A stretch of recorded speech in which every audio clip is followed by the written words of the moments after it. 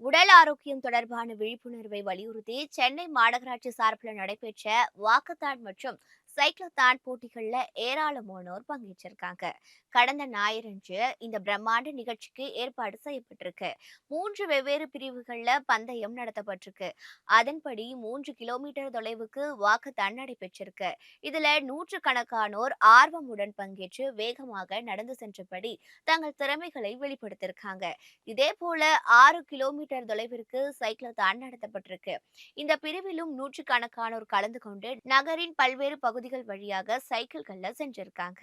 10 kilometre தொலைவிற்கு நடத்தப்பட்ட grid race எனப்படும் மற்றொரு சைக்கிள் பந்தயத்திலும் ஆண்களும் பெண்களும் ஆர்வமுடன் பங்கேற்றிருக்காங்க. திருமங்கலம் ரவுண்டான பகுதியில் இருந்து தொடங்கிய இந்த போட்டிகளின் தொடக்க நிகழ்ச்சியில் சென்னை மாநகராட்சி ஆணையர் குமரகுரு சிறப்பு விருந்தினராக பங்கேற்றிருக்காரு.